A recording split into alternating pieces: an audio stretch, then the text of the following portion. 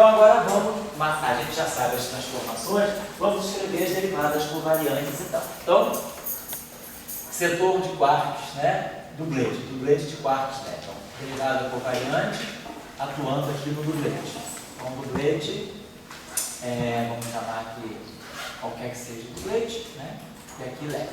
Agora vamos obter todos os índices internos, porque eu não estou colocando o índice de SO3, não estou colocando o índice de SO2, vou colocar tudo dentro das derivadas covariantes. Então, vai ser a derivada, então, a derivada, coloquei derivada, peraí, nas derivadas covariantes, eu não coloquei, eu só coloquei a derivada, vamos fazer o seguinte, perdão.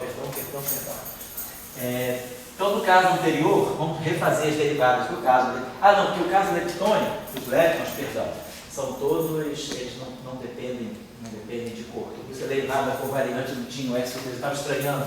Agora não, agora vamos pegar então, como eu estava falando, derivada covariante dos quarks que estão no dublete.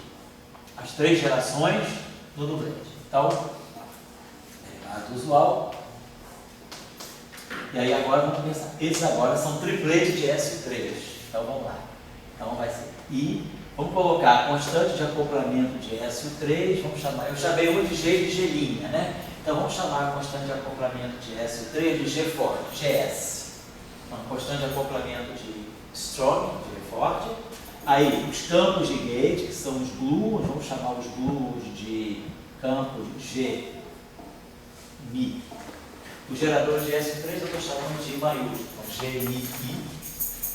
Então, triplete de SO, então os quartos campos de gate de SO3, os gluons, vão carregar os geradores no triplete, porque isso aqui está no triplete de SO3. Então, os geradores do triplete são as matrizes de Gauss. Então, essas matrizes aqui vão estar atuando no Q leve. Então, lembrando que, não vou explicitar aqui, é como se aqui tem um índice I, aqui, vou colocar, no primeiro momento, vou colocar o índice I aqui, então vamos colocar aqui. As matrizes de SO3, elas vão atuar nos índices de cor, então aqui eu vou ter IJ, então Q, left, flavor A, índice J. Agora, mais o setor de SO2. Então agora, mais I, constante de acoplamento de SO2, eu estava chamando de G. Os campos de gate de SO2 nós estávamos chamando de DMA. Está no dublete de SO2, então sigma A sobre 2, atuando, Q, A, left, I. Então, aqui, essas matrizes aqui, elas vão atuar só no setor 2 por 2, vai misturar o P com o N, não vai mexer na cor. Então, esse índice, só quem mexe na cor é o SO3. O SO2, ele é completamente inerte à cor. E agora, o 1.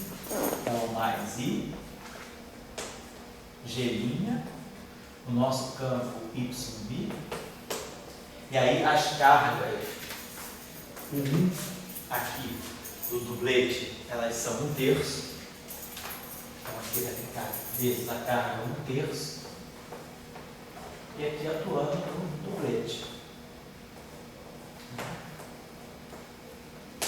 Então, o único lugar que o índice I está tocado é aqui, que é o SO3. Então, as matrizes de Gell-Mann, elas acoplam as diferentes cores na derivada covariante. Acopla a cor I com a cor J através das matrizes lambda I que estão somadas aqui.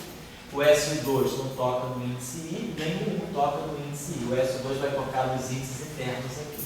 Então, essa é a derivada covariante, né, para o setor de quarks do dublete. Agora vamos pegar a derivada covariante dos quartos superiores quartos. Então, DI, D, A, vai, cor I. Então, de novo, DI, D, então, de novo, isso aqui é um triplete de SO3. Então, o SO3 vai entrar aqui. Constante de acoplamento forte, campos dos gluons. É um triplete, então os geradores são as matrizes de Gell-Mann sobre 2. tem cor, então vai acoplar diferentes cores. Então, P, A, R, J. Então, mexeu na cor. Agora, é singlete de SO2. Então, não entra SO2 aqui. Mas tem carga 1. A carga 1 é 4/3. Então, vai entrar aqui mais I, G', Y'. A carga é 4/3.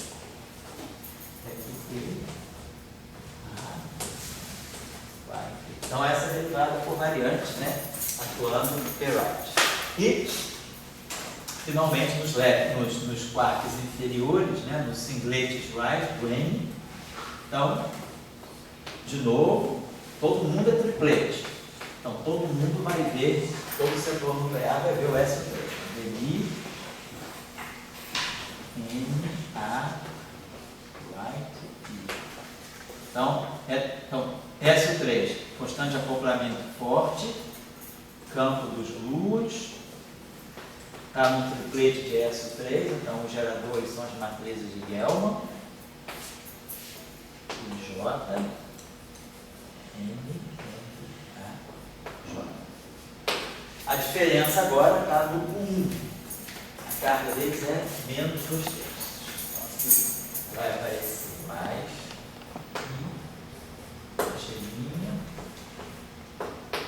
Y', a carga é menos 2/3,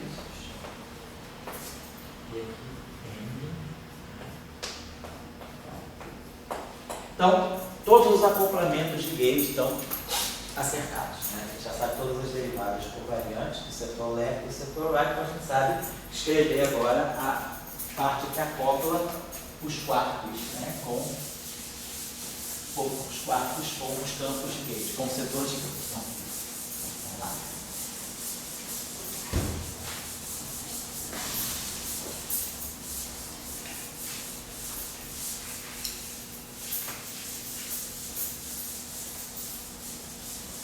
Por acaso, aqui com a camisa do modelo padrão hoje, não era para vir, não era para ter colocado para lavar ontem, mas eu não tive tempo de trocar de camisa hoje.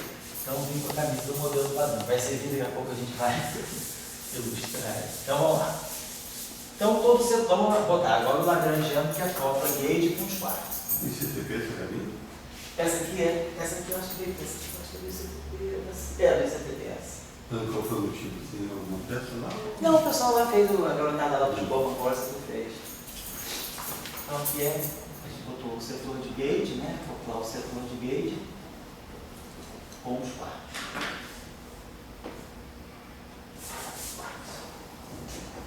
Então, complemento normal, uma derivada por variante. Então, vamos lá. Então, nós temos vamos colocar assim, a gente pode colocar em forma concisa, né? O que A, está voltando aqui em cima, aqui A left. Então, isso aqui é 4, tudo barrado, então significa o P barrado, o N barrado, também uma forma do plate que a gente colocou o neutrino o elétron, né? I, gama I, I, Q, A, left. Então está aqui. Lembrando então que está tudo aqui dentro, os índices estão todos obtidos, né? Se a gente quiser colocar o índice I aqui, a gente sabe, quer dizer, a gente já sabe que vai ter que colocar. No fundo é isso aqui, ó, I aqui e I aqui.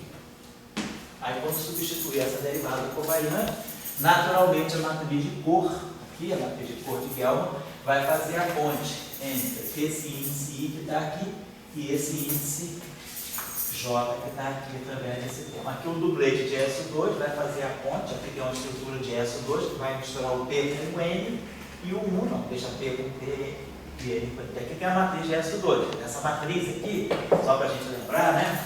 Escrevi embaixo na aula passada, essa matriz aqui, se eu pensar em SO2, essa matriz aqui é isso aqui. É um meio, é uma matriz 2 por 2, né? Então nós temos 3 bósons de gauge aqui. Temos B I1, L1, menos I. Eu estou substituindo as matrizes de Pauli aqui, né? Mais IBL2 e BL3 menos BL3.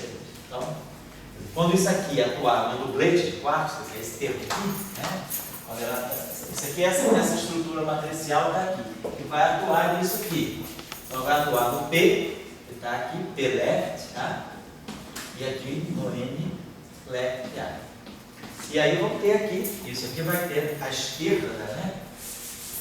É isso aqui. É esse aqui, vou colocar aqui. Esse termo aqui, à esquerda. É esse termo aqui, dentro da derivada covariante, pegando esse termo à esquerda, que é o P A left barrado e o N A left barrado. Então, por exemplo, esse termo aqui, ó, ele vai pegar, esse cara vai pegar aqui embaixo. Então eu vou gerar esse acoplamento, aqui, ó, P A left barrado, vai pegar o BM3 P A left. E depois o P A left barrado, esse segundo termo aqui, esse primeiro vai pegar esse segundo termo aqui, vai pegar o BM1 menos I BM2 N, e assim vai. Depois faço a mesma coisa aqui que eu não vou refazer mais, blá blá blá. Então, mas eu estou só querendo mostrar que aqui dentro dessa derivada covariante os acoplamentos de S e o 2. Então, o BM3 acopla as duas componentes, liga esses dois P's, agora esse cara aqui liga o N com o P. Então, lembrando que esse cara aqui tem carga 2/3, né? Então, se esse cara aqui tem carga 2/3, né, eletromagnética 2/3, esse cara aqui tem carga menos 2/3.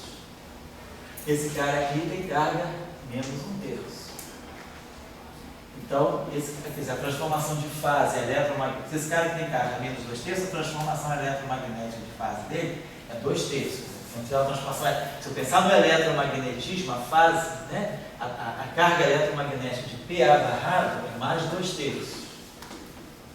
Do barrado. E esse cara aqui é menos 1/3. Então, se esse cara tem carga menos 1/3, esse cara tem 2/3, a carga no final do dia, esse termo aqui tem que ser eletromagneticamente neutro. Todo termo do lagrangiano tem que ser neutro. O lagrangiano não tem uma carga, né? Não pode ter uma carga efetiva no final. Todos os termos têm que ter carga eletromagnética zero. Se essa carga aqui é 2/3 e essa aqui é menos 1/3, é porque essa carga aqui é menos 1, né? Quer dizer, não, menos 2/3 menos 1/3, as fases para se cancelarem aqui, isso aqui vai ter que ser, opa, 2/3, tem que ser o mais 1, né? Quer dizer, 1 menos 1/3, esse cara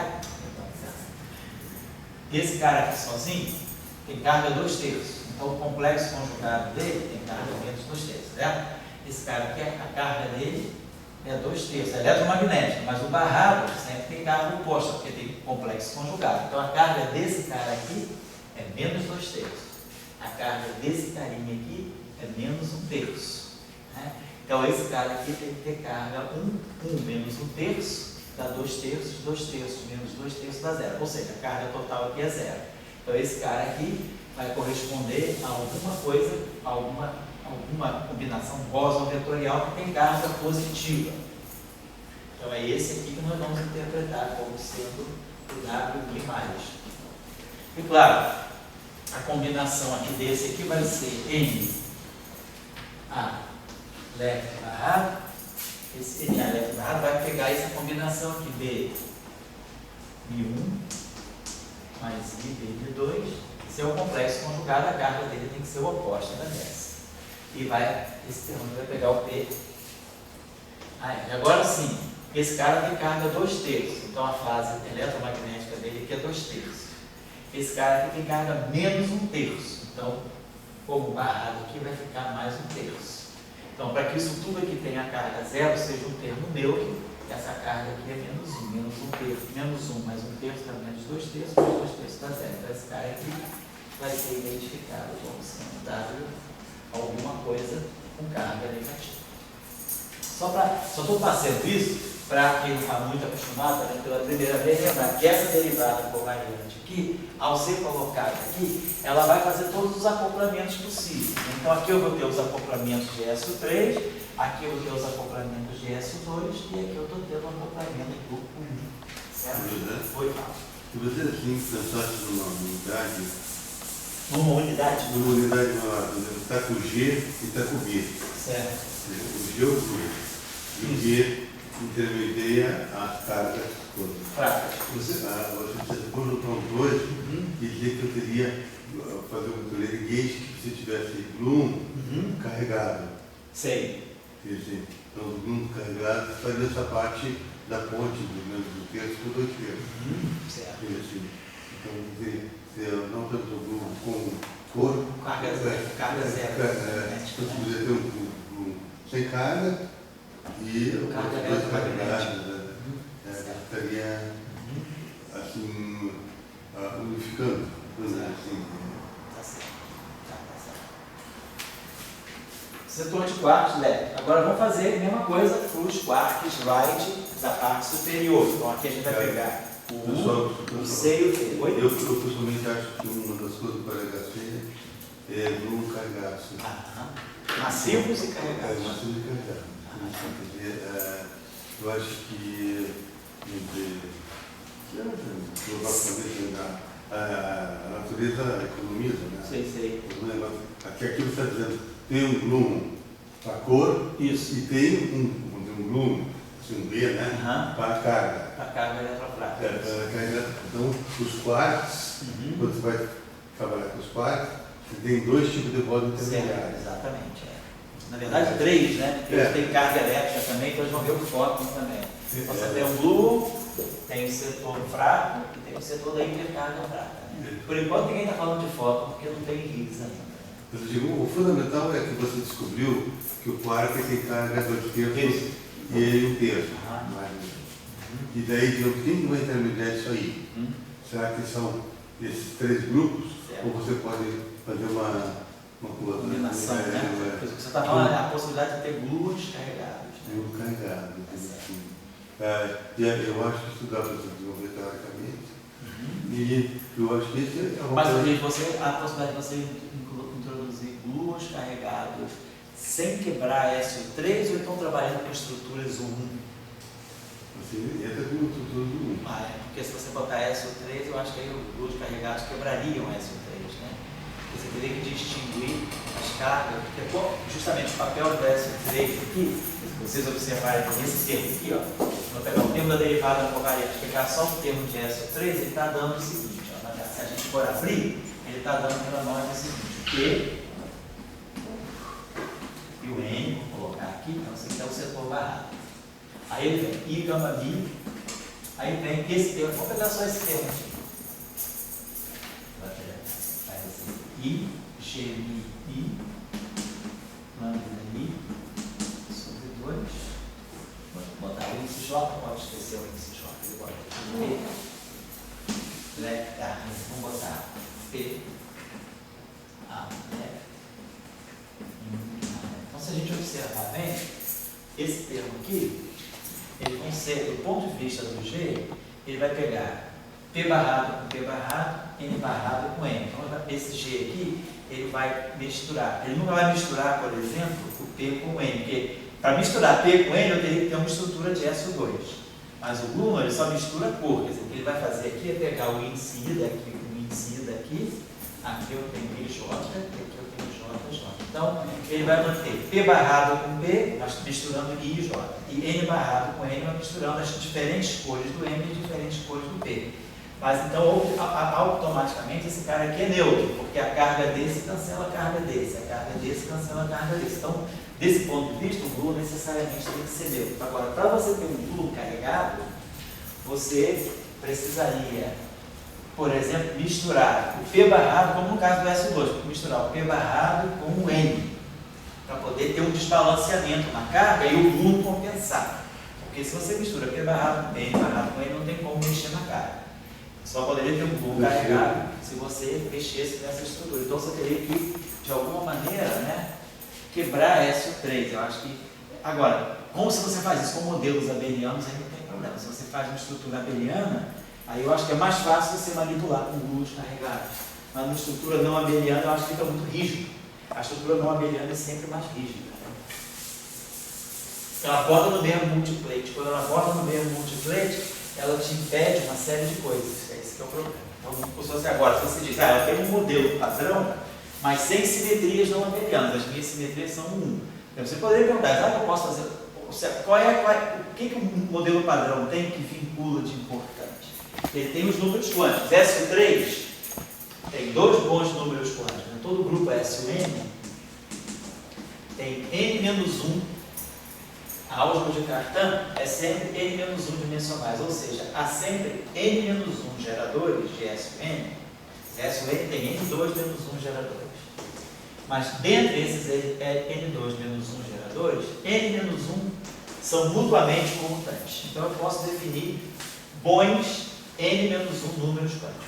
Então eu tenho n-1 bons números quânticos para SU. Como se trata de SU3, eu tenho dois bons números quânticos. Então a física de interação forte, ela pode ser rotulada, os estados podem ser rotulados por dois números quânticos, que são os dois geradores que computam entre si. Por exemplo, a terceira componente dos spin e a chamada hipercarga forte. Então a gente tem esses dois. São lá na álgebra de Gelman, são o lambda 3 e o lambda 8. Essas duas matrizes de Gelman, elas comutam entre si. São as únicas duas que comutam entre si. Então as duas podem ser diagonalizadas simultaneamente, elas duas podem definir observáveis simultaneamente mensuráveis, com certeza zero. Então são dois bons números quânticos. Posso formar meu estado, um alto estado de lambda 3 e um alto estado de lambda 8. Mesma coisa para SO2. SO2 tem um número quântico só. E o 1 tem um número quântico só. Então, a física do modelo padrão, ela tem que ter 4 números quânticos bons para definir os estados. Isso é física. Então eu posso ter eu poderia fazer um modelo com 1 elevado a 4. Eu posso ter um modelo com 4 1's. O 1 vezes o 1 vezes o 1 vezes o 1. Eu tenho que respeitar isso. Eu tenho que ter um modelo que tenha 4 números quânticos. Então a pergunta é, se eu construir um modelo com 1 vezes o 1 vezes o 1 vezes o 1, eu consigo reproduzir um Higgs carregado, por exemplo? Tem uma possibilidade. Um Higgs não, perdão, um Blue carregado. Mas eu acho que a gente teria que pensar numa estrutura desse tipo. 4 1's, pelo menos. Ou então, vamos dar para você disse, a tua ideia é manter um 1 só ou botar uma série de 1's? Não, é manter um só. Um só. Mas um quatro é 3. Tá bom. Mas, é uma possibilidade. Se colocar Blue carregado, seria interessante ver como é que ele sai. Vamos agora para o setor dos quartos superiores práticos. Então, a mesma coisinha, Matheus. P, A, vai para quais suas respectivas derivadas covariantes. Só que agora, de novo, tudo aqui mistura Blue, né, os Blues estão presentes, e tudo isso aqui tem SO3, só não tem agora a estrutura de SO2. Então, isso aqui esses caras aqui não interagem, eles são neutros de SO2, eles não têm os bósons de Gauge de SO2, porque esse termo aqui está ausente aqui, porque eles são singletes, eles não são dupletes. A mesma coisa para os N's, né? Então, N, A, L barrado. Então, todos os acoplamentos de Gauge estão aqui. Se a gente quiser abrir, né, essas derivadas covariantes, a gente abre essas derivadas covariantes e vai ver todos, como a gente abriu aqui, viu os acoplamentos que estão aqui dentro, aqui, aqui e aqui, e essas aqui, quer dizer, os acoplamentos de cor, como você quiser. O acoplamento de cor vai ter sempre essa estrutura. Se eu pegar esse termo aqui, for olhar só o setor de cor, se eu quiser pegar só esse setor aqui, então o que eu tenho do lado esquerdo aqui é P, A, right barrado, I, gama mi. Então o termo de SO3 que está dando a derivada covariante é I, constante forte, luas, matrizes de Pauli, ou matrizes de Gelman, perdão. J e aqui o P, A, vai J. E aqui o I. Então está aqui. As cores desse quark, se eles interagem com as cores desse quark, pela troca de Blue, e a matriz de Gelman é que vai fazer a troca. Se eu souber qual é a matriz de Gelman, dependendo da matriz de Gelman que eu tenho aqui, por exemplo, se eu pegar a matriz de Gelman lambda 1, então eu vou ter o Blue G Mi 1. A matriz de Gelman lambda 1 ela é 0, 1, 0, 1, 0, 0, 0, 0, 0. Então essa matriz aqui, ela vai misturar a cor 1 daqui com a cor 2 daqui, e a cor 2 daqui, com a cor 1 daqui. Então, atuar com essa matriz aqui, ela vai pegar PA right 1, PA right 2, PA right 3. Então, esse carinha aqui vai pegar o PA right 2, que vai interagir com o PA right 1. Então, a cor 1 desse vai se acoplar com a cor D2 desse, através desse duo aqui, e assim vai. As matrizes de Gell-Mann, né? As entradas da matriz de Gell-Mann é que vão fazer os acoplamentos dessa cor com essa cor via duo, certo? Então, os acoplamentos da QCD estão todos incluídos aqui. Esse caso aqui não tem acoplamento de SO2 e tem acoplamento só de 1. Então, é assim que a coisa funciona. Então, esses são todos os acoplamentos de gate do setor de quarto. Então, a gente já tem os acoplamentos de gate do setor de leptons, os acoplamentos de gate do setor de quarto. Está faltando, então, agora introduzir o setor de Higgs. A forma de cálculo vai ter que ficar para a próxima aula. Então, vamos pegar os acoplamentos de Higgs. Na próxima aula, dia 3, dia 2 está tudo bem, então não tem tese, não tem nada. Então, vamos lá. Agora, vamos introduzir o último setor que nos falta, é o setor de Higgs. Então, da onde é que veio a ideia, né, do setor de Higgs? Vai ficar mais claro no próximo curso da gente, mas a ideia do setor de Higgs, ela também foi colocada no Salan, em 56, quando ele fez o trabalho da simetria espiral e pensou que o elétron e o neutrino tivessem o mesmo vibrete. A ideia seria partículas, né, com a mesma quiralidade, ferro com a mesma quiralidade, eles têm interação de gauge. Quer dizer, interação de gauge tem a corrente da equação de Dirac. Quando a gente estuda a equação de Dirac, a corrente que sai é essa corrente aqui. E se a gente decompõe o ferro em componentes de quiralidade, psi-left barrado mais psi-right barrado. Gama mi, psi-left mais... Quebrei cada ferro uma quiralidade left e uma quiralidade right. Pela álgebra das matrizes gama e da matriz gama 5, psi-left barrado, gama mi, psi-left sobrevive. Psi-left barrado, gama mi, psi-right é 0. Psi-right barrado, gama mi, psi-left é 0. E psi-right barrado, gama mi, psi-right. Então, o acoplamento, e o acoplamento de gauge é isso aqui, a corrente amiga, é o acoplamento eletromagnético. Se tiver uma estrutura não abeliana, é só colocar os geradores do grupo aqui e colocar o campo aqui. Então, não importa. O acoplamento de gauge, abeliano ou não abeliano, ele sempre acopla left com left, right com right. Então, o campo de gauge, ele, quando interage com o fermo, ele não muda a quiralidade do fermo. Quer dizer, esse fermo aqui, ele, inicialmente era left, ele emitiu ou absorveu o campo de gauge, ele continua left. Ou, se ele era right, ele absorve ou emite um campo de gauge e continua right. Então, a interação de gauge, ela não muda a quiralidade. Essa é uma grande característica da interação de gauge. O elétron, o elétron left emite ou absorve fótons, continua left. O elétron right emite ou absorve fótons, continua right. Então, a quiralidade não é alterada pela interação de gauge. A interação de gauge preserva a quiralidade. Mas isso é interação. Em termos de massa de Dirac, ele tem essa estrutura. Se a gente, de novo, quebra o ferro numa parte left e numa parte right, aqui a situação é justamente o oposto. Right?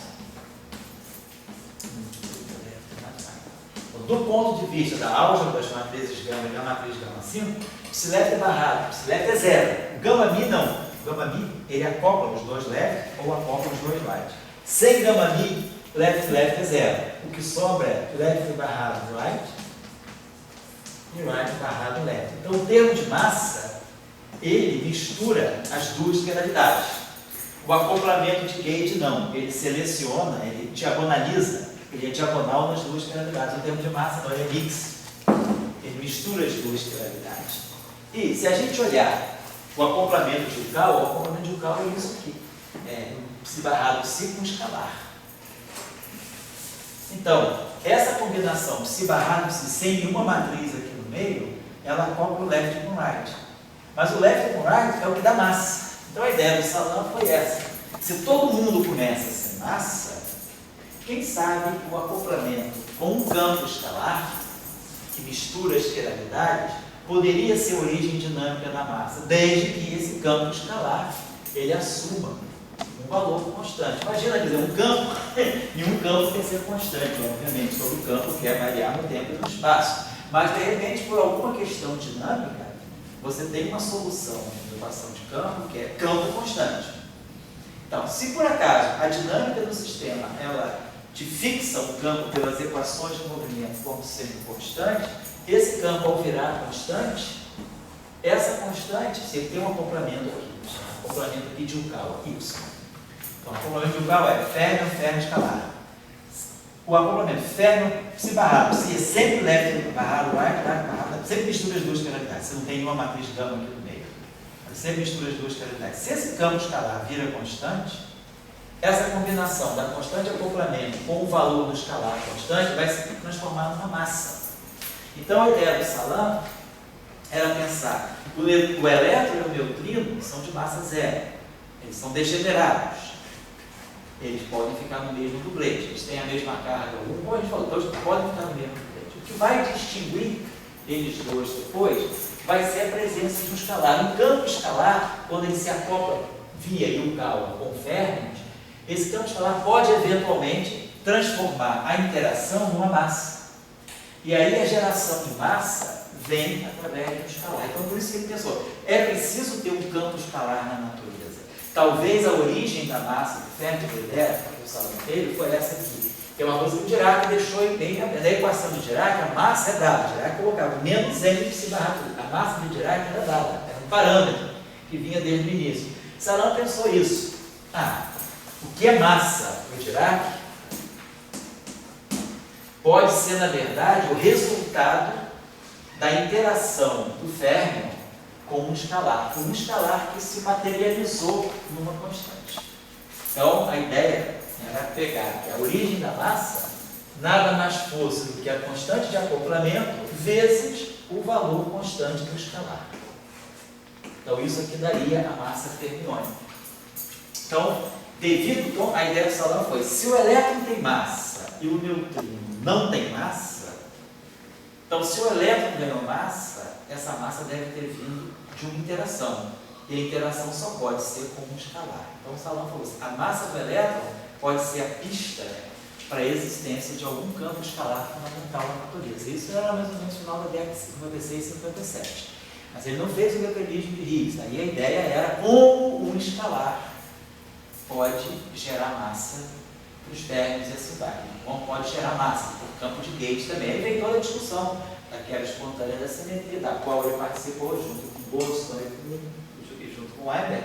E veio o trabalho do Higgs, o trabalho do Browne, do Keeble, do Brown, todo Engler. Aí veio todo mundo, aquela turma, aquela patota toda da comunidade que mexeu com o mecanismo de Higgs. E aí, vamos dizer assim, a filosofia de introduzir o escalar, ela não veio com Higgs. Higgs já pegou a coisa lá na frente. Higgs, em 64, o que Higgs fez de importante foi mostrar que esse campo escalar, ele não só gera massa, mas ele também pode flutuar. E quando ele flutua, ele produz uma excitação escalar que vai aparecer sob a forma de uma partícula.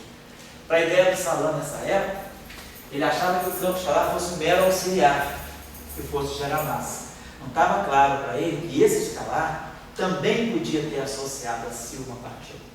Então, o mérito do trabalho de Higgs, por exemplo, Engler e Brown, foi mostrar que não, o campo escalar ele faz tudo isso que precisa fazer, mas ele também se materializa sob a forma de uma partícula, que foi depois chamado de bóson de Higgs.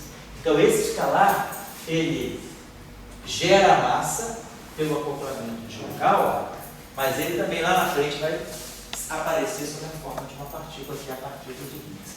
Mas a ideia era essa, a ideia física, a ideia simples era essa. Se o elétron tem massa e o neutrino não tem massa, é porque, vamos pensar, ninguém tinha massa no início. O neutrino continuou sem massa e chegou a nós sem massa. O elétron ganhou massa no meio do caminho. Então, pensando na simetria, muito mais organizado, você pensar assim, todo mundo começou sem massa, a vida está muito mais organizada, todo mundo sem massa, a simetria é uma simetria muito mais ampla, todo mundo é degenerado, tem uma simetria perfeita no início. alguém chegou sem massa. Quem quiser a história, foi o neutrino chegou sem massa. Então ele pode estar contando uma historinha lá do início. O elétron já não chegou sem massa. Então ele deve ter ganhado massa no meio do caminho. O único modo do elétron ganhar massa seria através do acoplamento com o escalar. Então, a massa do elétron e a falta e a ausência de massa do neutrino, elas levaram, quer dizer, o Salam a pensar que deve ter um campo escalar perdido aí na natureza. Vamos buscar esse campo escalar e dar uma física para ele. Aí tem todo o movimento, entrou toda a gente na história, e entrou o Nambu, Leonardo Assis, o 9, 60, mecanismo de supercondutividade, então toda uma história que se gerou a partir, mas a ideia inicial era a simetria quiral. A primeira ideia, quais são os elementos, para a gente só reconstituir, né, fazer aquilo que a gente chama, né, aquilo que chama de acumulação estética. Quais são as ideias que estavam em jogo?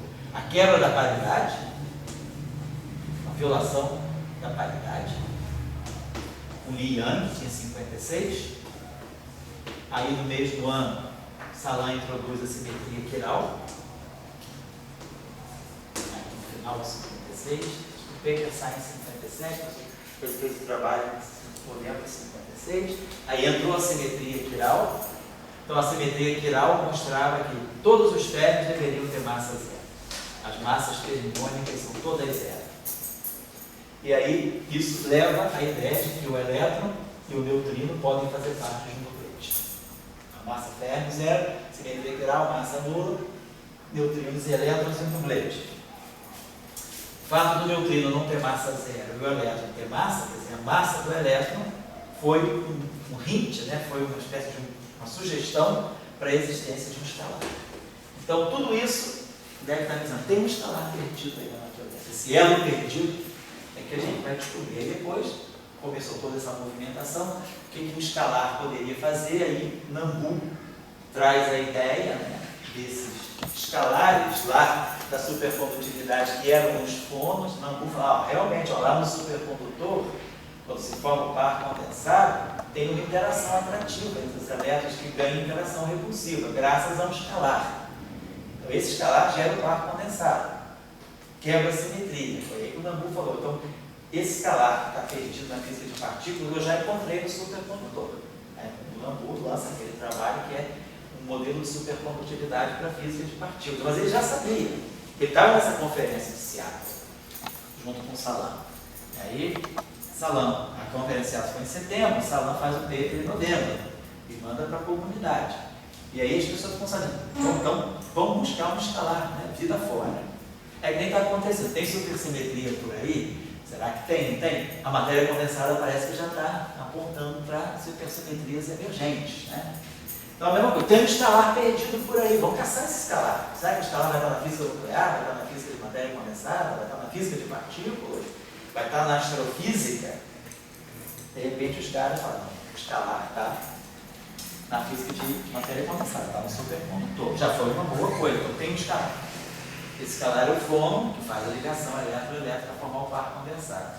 E aí a questão, vamos levar para a física de partículas. O Nambu faz o trabalho dele, que deu o prêmio Nobel aí em 2008, praticamente 50 anos depois, ele deu o prêmio Nobel por esse modelo de supercondutividade transcrito para a física de partículas. E aí, isso detonou toda a discussão da quebra espontânea da simetria na física de partículas, o trabalho do Goldstone, Salam, Weinberg. Depois veio o trabalho do Goldstone, Salam com o Oort. E aí veio Higgs, veio Engel, Ribot, veio Bural, e aí veio toda Gilbert, o francês. Então, tem toda uma trupe aí grande que entrou na discussão do mecanismo de Higgs, da quebra espontânea da simetria. E aí veio o bóson de Higgs. Do campo de Higgs saiu o bóson de Higgs. Imperial College com Bélgica. Oi? A turma do Imperial College. A turma do Imperial College da Bélgica. Isso aí. Beleza. Foi a batalha de Waterloo. Foi ao contrário, exatamente. A união, né? Tá certo. Então, eu só queria lançar aqui as ideias para vocês saberem que as ideias são, as ideias compostas são essas. O resto é cálculo, né? Botar derivada por variante, mas a gente tem que saber por que a gente está introduzindo esse Higgs. Então, o Higgs, a ideia do Higgs é por que trazer um escalar? Porque esse escalar, ele deve estar por trás do mecanismo de massa do elétron. A massa do setor fermiônico vem de um escalar que se acopla. E aí o escalar, quando se acopla, ele também se acopla com o campo de Gauge. E aí ele pode dar massa para o campo de Gauge também. Então o Higgs ele chega para dar massa para todo mundo. Todo mundo começa sem massa e todo mundo ganha massa por causa do Higgs. Então a ideia, agora, simplesmente eu tenho uma simetria SO3, SO2, 1. A interação forte é Lu. Luna não tem massa. Então a gente vai manter o Higgs. O Higgs é que, se ele se acopla, quem se acopla com o Higgs pode ganhar massa. Então a gente deixa o gluon fora. Para deixar o gluon fora do Higgs, basta pegar o Higgs como sendo um singlete de SO3. Então o Higgs é um singlete de SO3. Não tem cor. Ele não interage com os gluons. Agora, aonde é que o Higgs vai estar em SO2 para manter a simetria? Então, para eu fazer isso, eu preciso fazer o quê? Eu preciso pegar o elétron left e combinar com o elétron right para poder formar massa. Mas eu sei que o elétron left e o elétron right devem se combinar com um escalar.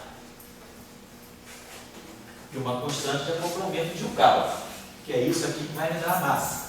A estrutura que vai me dar a massa do Fermi deve ser essa. Então, o elétron left está num dublete de SO2. O elétron right está num singlete de SO2.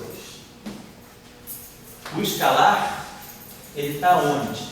No final do dia, eu tenho que ter um singlete de SO2, eu tenho que ter um lagrangiano que seja SO2 invariante. Então, se eu quero dar massa para o elétron. Então, o elétron, eu preciso, para dar massa para o elétron, eu preciso misturar o left com o right.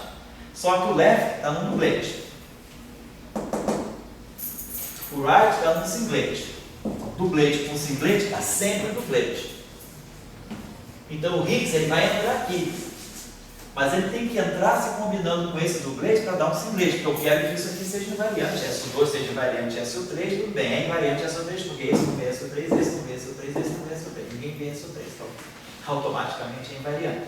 Tem que ser invariante SO2 e tem que ser invariante 1. Então o Higgs tem que ser invariante SO2. Então, se isso aqui é dublete e isso aqui é singlete, esse produto é dublete. Então, o único jeito de SO2, um dublete, pegar alguma coisa e dar um singlete é pegar um outro dublete. Né? Se o dublete de SO2 está aqui, eu tenho que multiplicar por algum iontador que vai me dar um singlete de SO2, que é isso aqui. Para eu ter um singlete de SO2, que é isso aqui, o único jeito é pegar esse tablozinho aqui. Então, isso fixa o Higgs como sendo um dublete de SO2.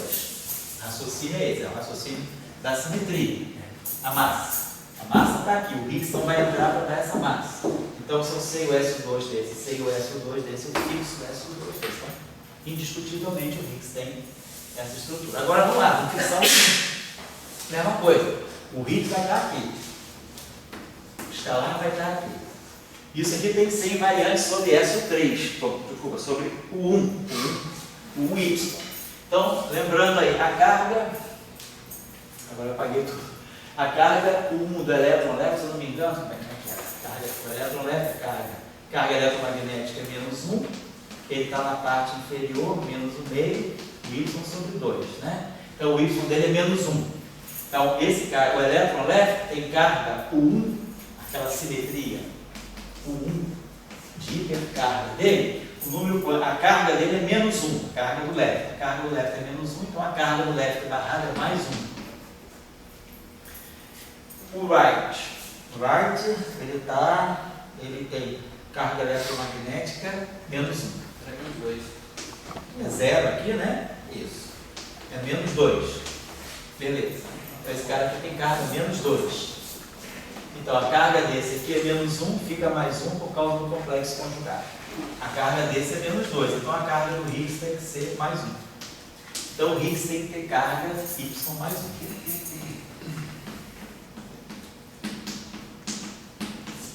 Isso deve funcionar, não? Tem que funcionar para todo lado.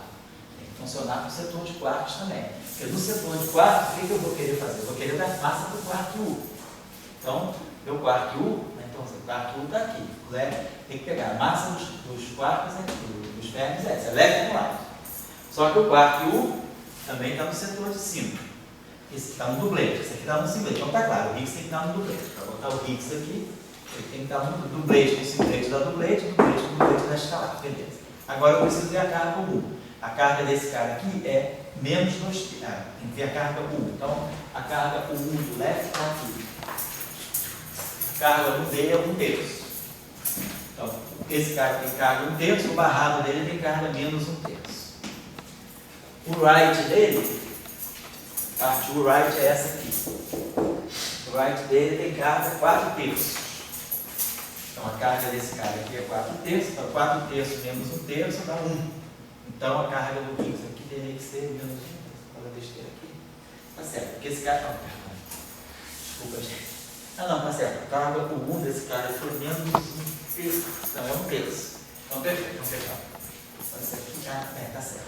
O left, tá certo. Então, esse cara aqui é 1 terço, esse aqui é menos 1 terço. Tá. O right, a carga dele, esse aqui é 4 terços. Então, esse cara aqui tem 4 terços, então essa carga aqui teria que ser menos 1. Tem que ser 4 terços 1 terço, dá 1, esse cara teria que ser menos 1. Deixa eu ver se eu não errei aqui no elétron. Ele pegou assim, elétron left barrado, elétron right e o Higgs. Então, o elétron left, a gente tinha visto, a carga era menos 1, que você falou, né? Aqui ficava mais 1.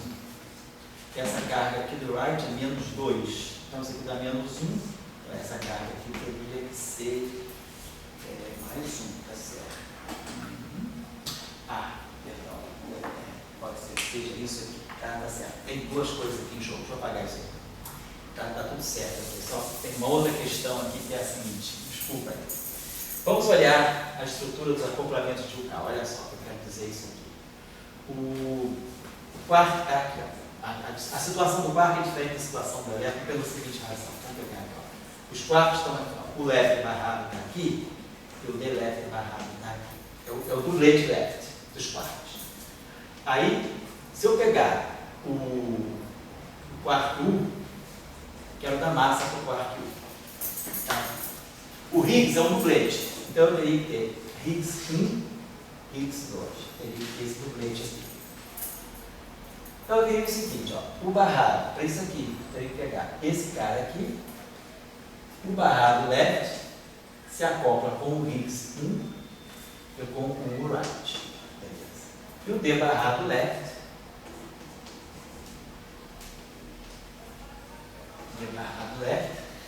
se acopla com o H2 e com o right. Isso? É isso aqui. Tá. Eu vou escolher, então isso aqui está me dando massa para o quark U. Então isso aqui é o termo típico de massa para o quark U.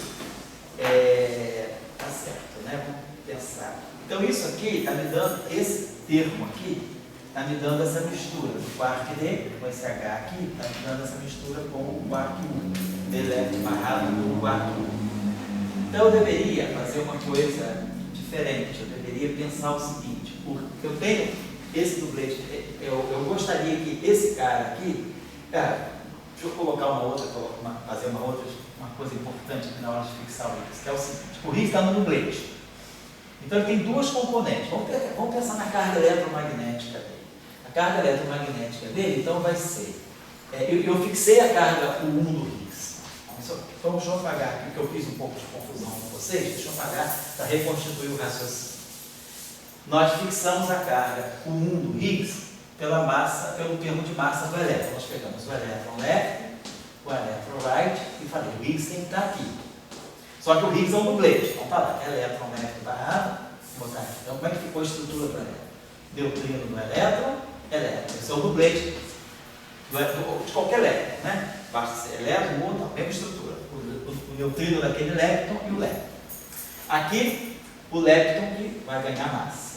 Nesse caso, o elétron, depois pode ser o 1, depois o tal. E o Higgs, que é um dublete. Não tá legal.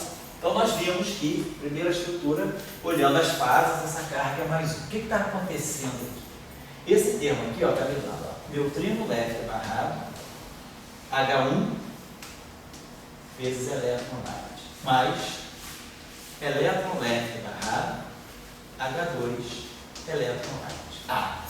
A massa do elétron está aqui, o neutrino não pode ter massa. Então, se esse campo aqui se torna uma constante, isso aqui está de uma certa maneira misturando o neutrino left com o elétron right no tempo tipo massa.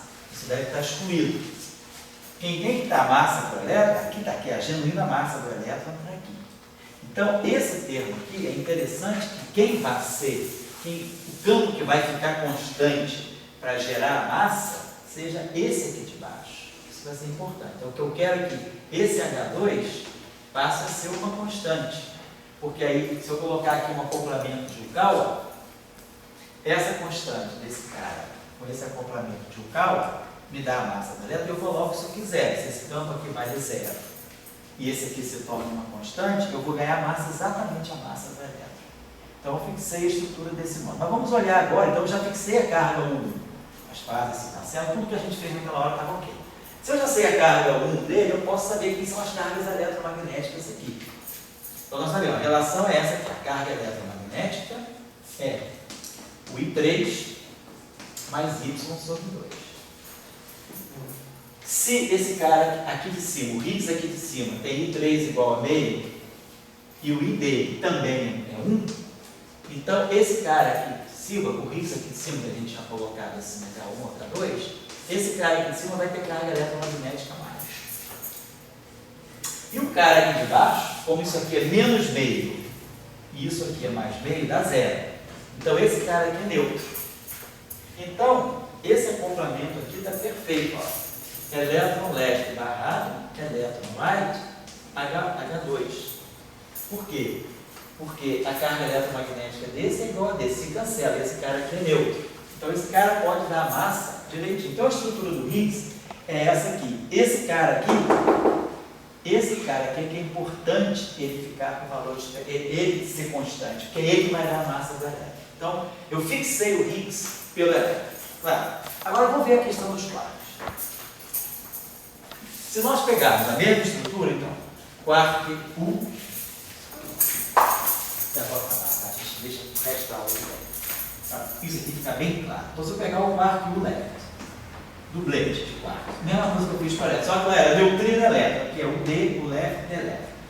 E aí eu vou colocar aqui, por exemplo, o right. E vou colocar esse Higgs aqui, H1. E aí eu já sei que eu quero que o H2 seja diferente de zero, porque ele é neutro, ele vai dar massa para o elétron, ele vai fazer isso aqui sendo zero e isso aqui sendo uma constante, eu ganho direitinho a massa do elétron. Então, se a gente mantiver isso aqui zero e isso aqui igual a uma constante, o que vai acontecer aqui? Não vai acontecer o que eu quero. Eu vou misturar esse cara aqui, ó, ele vai se bater com esse. Então, eu vou misturar o quark D com o quark U, porque eu não estou dando massa. D para o quark D, D para o quark U. Mas aí entra uma coisa da teoria de grupo, que é a seguinte. Se eu tenho um duplete, nós já estudamos lá em algum momento desse curso mesmo, que o SO2 é um grupo real. A representação 2 de SO2 é equivalente à representação 2 estável. A gente fez, quando a gente pega o íon tabor de SO2, esse cara aqui é um duplete, isso aqui é equivalente ao estar dele. Ou seja, se eu pegar um vetor V que está na representação 2 de SO2, a transformação de SO2 dele é isso aqui, exponencial de I, ômega A, sigma A sobre 2V. Se eu pegar o complexo conjugado disso, que é o P' estar, isso aqui é exponencial de menos I, ômega A, sigma A. Estou pegando o estar, não é o complexo conjugado não, V estar. Mas aí nós sabemos, essas matrizes são hermitianas. Se elas são hermitianas, o estar dela é o transposto dela. Então, posso botar esse menos aqui? Então, na representação complexo conjugada, os geradores do grupo SO2 não são as matrizes de Pauli, são menos sigma A transposto. E aí a gente mostrou que eu posso buscar uma transformação R, eu coloco aqui R é menos 1, R, de tal maneira que R sigma A transposto R menos 1 seja igual a sigma A. E aí a gente se lembrou que a gente tinha calculado essa matriz R que dava I sigma 2. Ou seja, a representação complexo conjugada bidimensional de SO2 é equivalente à representação 2. Ou seja, se eu pegar I sigma 2 e multiplicar por V estar, esse objeto se transforma da mesma maneira que o V. Se a transformação do V é essa, esse objeto aqui, linha, vai ter essa mesma transformação.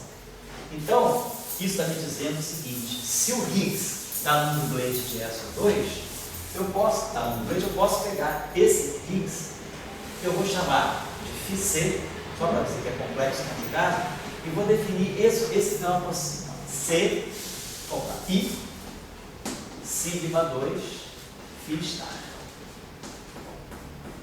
Eu sei que esse campo aqui, ele vai ter as mesmas propriedades que esse aqui, no sentido de que, se esse aqui é singlete de SO3, esse aqui é singlete de SO3, ninguém vê SO3. Se esse aqui é dublete de SO2, se transforma daquela maneira, esse aqui tem a mesma transformação, porque a gente mostrou que essa representação é equivalente a φ, quer dizer, esse cara aqui se transforma exatamente como φ. Agora, se esse cara aqui tem carga y igual a mais 1, o φC tem carga y igual a menos 1. Então vamos fazer o seguinte, vamos pegar esse cara aqui, φC, já que eu coloquei esse na teoria, vamos colocar esse aqui também. Ele é singlete de SO3, dublete de SO2, mas a carga aqui y dele é menos 1. Então esse campo aqui se transforma, segundo SO1, de forma oposta a esse aqui. Qual é a estrutura desse campo? Vamos ver a estrutura desse campo. Se φ tem essa estrutura, H1, H2, eu quero que esse seja zero e esse seja diferente de zero para dar a massa do elétron, esse cara aqui, quem é a estrutura do φC? φC é I sigma 2, portanto 0, 1, menos 1, 0. H1, H2.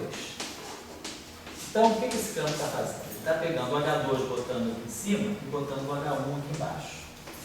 Mas nós já sabemos o seguinte: o H1 tem carga mais, eu quero que esse cara seja zero. E o H2 tem carga, é neutro, e esse cara aqui que eu quero que seja diferente de zero, que eu quero que esse cara aqui dê a massa para o elétron. Mas se eu coloco se aqui ao acoplar os quarks, não com φ, mas com o φC, então se eu colocar aqui esse quark φC, se eu colocar aqui o Higgs φC, quem vai entrar aqui não vai ser H1, H2, vai ser H2 menos H1.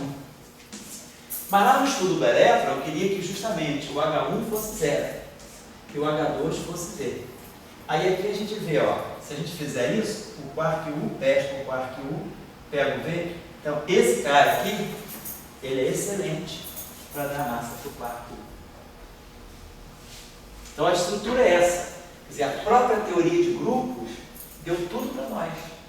Porque se esse campo aqui tem essas características, né, com esses números quânticos do modelo padrão, esse campo aqui, ele automaticamente traz todas essas características com essa invertida e ele reverte a ordem dentro do dublete de Higgs. E aí, ao mesmo tempo que esse Higgs aqui vai gerar massa do elétron, esse cara aqui vai gerar massa do quark.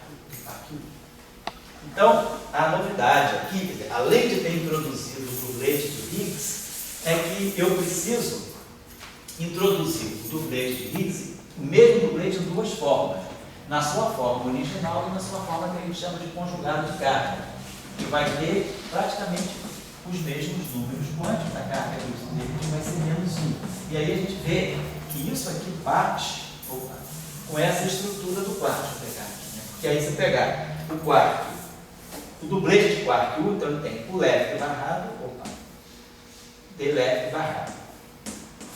Aí aqui a gente botou o right e aqui a gente botou o Higgs, né? H1, ficou H2, H1. O H2 está aqui, que é o V, e o H1 está aqui, que é 0. E aí qual é a estrutura de carga dele? Esse cara aqui, tá? O quark U, esse dublete aqui, ó. Qual é a hipercarga dele? O dublete está aqui, a hipercarga dele é 1/3. Então isso aqui, se a carga dele é 1/3, esse aqui é complexo conjugado, a carga é menos 1/3. O right está aqui, a carga dele é 4/3. Então 4/3 menos 1/3 dá 1. Esse cara aqui tem carga justamente menos 1. Então isso aqui é um invariante. Esse acoplamento aqui, né? Quark left está barrado. Higgs C, dublete. E o P, right, A. esse acoplamento aqui, ele é invariante. SO3 é invariante, SO2 é invariante. O 1, e ainda, como bônus, ele vai gerar massa do quark. Tá certo a questão? Então, a gente resolveu a questão da massa do quark. Então, a gente já sabe, o Higgs tem que aparecer em duas versões dentro do modelo padrão. Uma versão, ele gera massa para os létons carregados.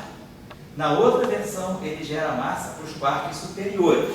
Agora, é claro, eu preciso gerar massa. A diferença do setor de létons, já estou acabando, tá? Mas 2 minutos eu acabo.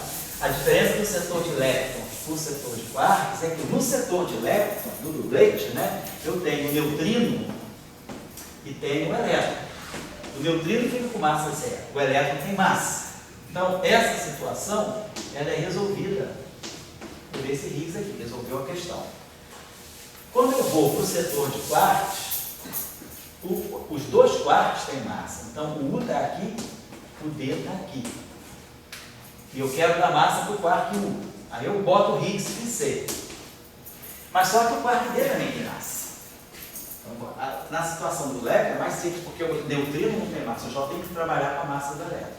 Mas na situação da matéria nuclear, não. Os dois quarks têm massa. Então nós temos que ver agora. Vamos ver só qual dos dois Higgs vai ser bom para dar massa para o quark D. Agora eu preciso dar massa para o quark D. Então vamos lá. O left barrado está aqui. D left barrado está aqui. O D right está aqui.